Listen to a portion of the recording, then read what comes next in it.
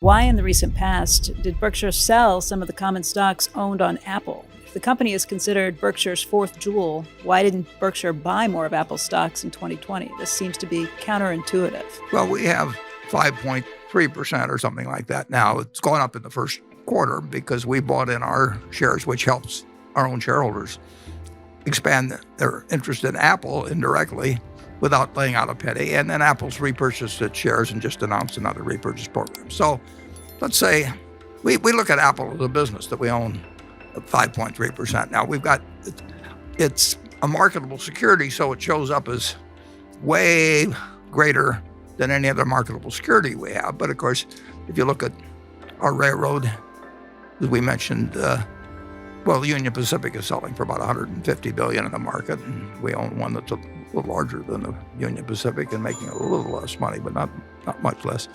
So it's an extraordinarily Apple.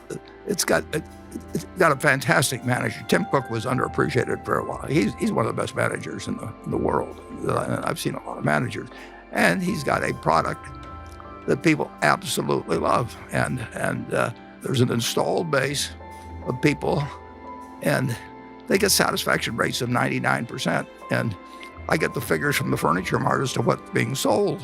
And if they want Apple, they want an Apple phone. You can't sell them the other one. I mean, the brand and the product it's an incredible product. It's a huge, huge bargain to people. I mean, the part it plays in their lives is huge. I use it as a phone, but I'm probably the only guy in the country. Maybe some descendant of Alexander Graham Bell's doing the same thing. But it is indispensable to people.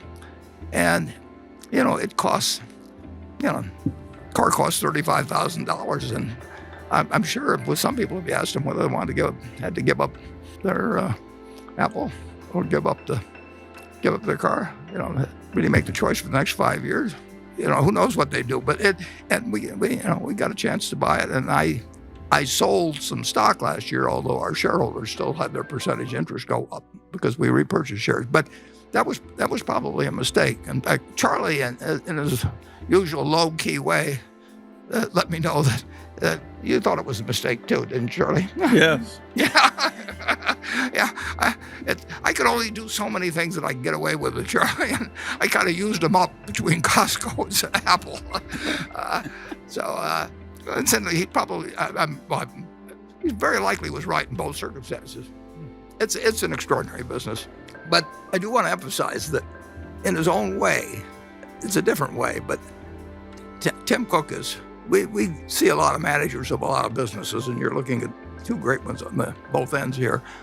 He's handled that business so well. He couldn't do what Steve Jobs obviously could do in terms of creation. But Steve Jobs couldn't really, I don't think, do what Tim Cook has done in many respects. Well, I also think it's clear that list you showed of the leading American companies, it's been very important for America that we've done so well in this new tech field. And I personally would not like to see our present giants brought down to some low level by some anti-competitive reasonings. I don't think they're doing a lot of harm anti-competitively. I think they're a credit to the Americans, credit to our civilization. And they're huge. And they're huge, and that's good for us.